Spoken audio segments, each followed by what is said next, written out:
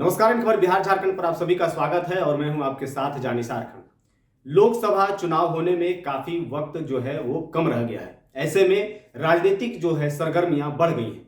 आपको बता दें कि बिहार और यूपी खास करके दोनों राज्यों में जिस तरीके से राजनीतिक हलचल जो है वो बढ़ गई है और जो है राजनीतिक पार्टियों की तैयारियां भी बढ़ गई है। वहीं आपको बता दें कि असदुद्दीन ओवैसी 2 दिनों के दौरे पर बिहार आ गए हैं, जिसके बाद बिहार की सियासत में थोड़ी बहुत गर्माहट देखी जा रही है, क्योंकि लगातार उन पर हिंदू मुस्लिम करने का आरोप लगता है। वहीं बीजेपी लगातार असदुद्दीन ओवैसी पर बयानबाजी भी करती है। तो एक बार फिर अब जब ऐसे में असदुद्दीन ओवैसी बिहार के दौरे पर आए हैं तो जाहिर बात है कि बिहार की सरगर्मियां, राजनीतिक सरगर्मियां थोड़ी बढ़ गई हैं। इसी को लेकर के अब बीजेपी के जो नेता हैं हरिभूषण ठाकुर, जो लगातार आजकल मीडिया के सुर्खियों में बने रह रहे हैं, उन्होंने असदुद्दीन ओवैसी को लेकर के बयान दिया है और कहा है कि ये जिन्ना के अवतरण है। ऐसे लोगों को जो तुष्टीकरण की राजनीति करते हैं उनकी वोटिंग राइट्स की जो है वो छीन लेनी चाहिए। और लगातार जो है असदुद्दीन ओवैसी पर उन्होंने निशाना साधा है। क्या कहा है पहले आप सुनिए, फिर आगे बात करते हैं। बीजेपी में देखिए, उनका एजेंडा विभाजनकारी है। वो जिन्ना के नए अवतरण हैं। उनके आने से पूर्व ही किशनगंज में मंदिरों को जला दिया गया, हिंदुओं को मारा पीटा गया। उनका एजेंडा है विश्व 47 तक भारत को इस्लामिक राष्ट्र बनाना। उनका एजेंडा है गजबा हिंद। लेकिन भारतीय जनता पार्टी की कार्यकर्ता और भारत का भारतीय समाज जग चुका है, उनका एजेंडा नहीं चलेगा। मैं भारत सरकार से मांग करता हूं कि ऐसे विभाजनकारी लोगों का वोटिंग राइट समाप्त कर दिया जाए, ऐसे लोगों का सुख सुविधा और सरकारी काम छीन लिया जाए। इनसे भारत को कोई लाभ नहीं होने वाला है। ये तुष्टीकरण की नीति में विश्वास करते हैं। ओवैसी आएंगे जाएंगे, बिहार की जनता पर कुछ असर नहीं पड़ेगा। सर, ओवैसी तो आपके लिए ही काम करते हैं, वो ये कहा जाता है। हमारे लिए काम करते तो उनके पार्टी के नाम है मुस्लिम, हमारे पार्टी का नाम है भारतीय, तब जनता तब पार्टी। उनका है ऑल, क्या है, मुस्लिमीन, ऑल इंडिया मुस्लिमीन। माने नामे में सांप्रदायिकता झलकता है। जिस पार्टी में उसका हेड जो होगा वह कितना माने कट्टर होगा और इस्लामिक होगा, यह समझने की बात है। को लॉस होगा या फायदा होगा? तो करती है आपकी ये पी टीम है ना। भारतीय जनता पार्टी लॉस और लाभ के लिए कोई काम नहीं करती है।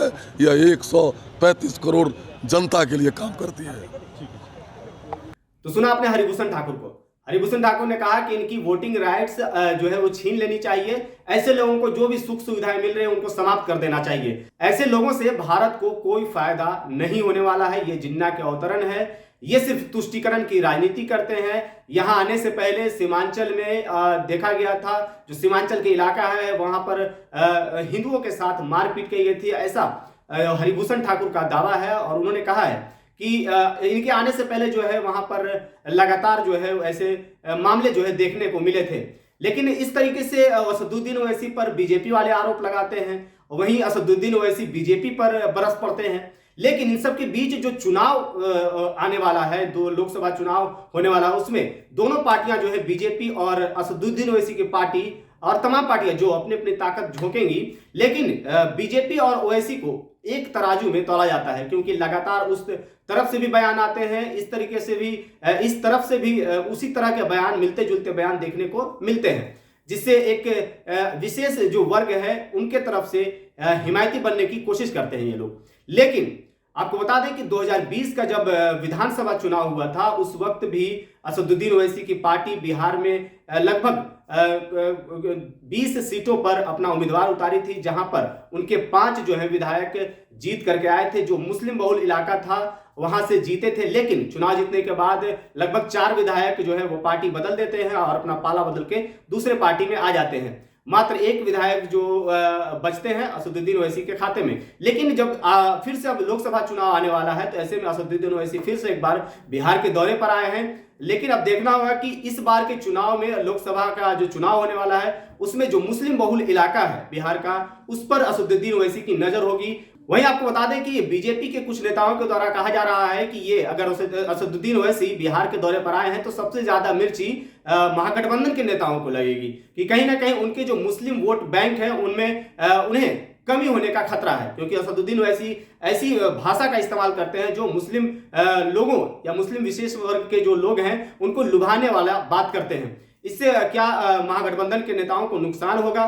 बीजेपी वाले ऐसा कह रहे हैं कि महागठबंधन के नेताओं को ज्यादा मिर्ची लगनी चाहिए, लेकिन आपको बता दें कि हरिभूषण ठाकुर ने ऐसा बयान दिया है जो आपको हमने सुनवाया है। इस बीच अब सवाल यह उठ रहा है कि क्या लोकसभा जो चुनाव होने वाला है उसमें असदुद्दीन ओवैसी जो है वो किसका नुकसान करते हैं? क्या असदुद्दीन ओवैसी बीजेपी का नुकसान करेंगे या महागठबंधन का नुकसान करेंगे? अब ये तो आने वाला जो चुनाव है वो उस वक्त पता चलेगा कि असदुद्दीन ओवैसी किसका नुकसान करेंगे। हालांकि ऐसा माना जाता है कि ये बीजेपी के लिए काम करते हैं, और हरिभूषण ठाकुर से भी जब मीडिया वालों ने पूछा कि ये आपके लिए ही काम करते हैं तो उन्होंने अपने लॉजिक के हिसाब से अपना जवाब दिया, लेकिन ऐसे उन पर आरोप लगते हैं कि असदुद्दीन ओवैसी जो है बीजेपी के लिए ही काम करते हैं, और क्योंकि ऐसा भाषा का इस्तेमाल करते हैं वो उसी से एक वर्ग विशेष जो है वो बढ़ जाता है। इस वजह से उन पर आरोप लगते हैं कि वो बीजेपी के लिए काम करते हैं, क्योंकि जब भाषण देते हैं तो वो खास करके मुस्लिमों का इस्तेमाल करते हैं, मुस्लिम नामों का इस्तेमाल करते हैं, और सिर्फ माना जाता है कि वो मुस्लिमों की ही बात करते हैं।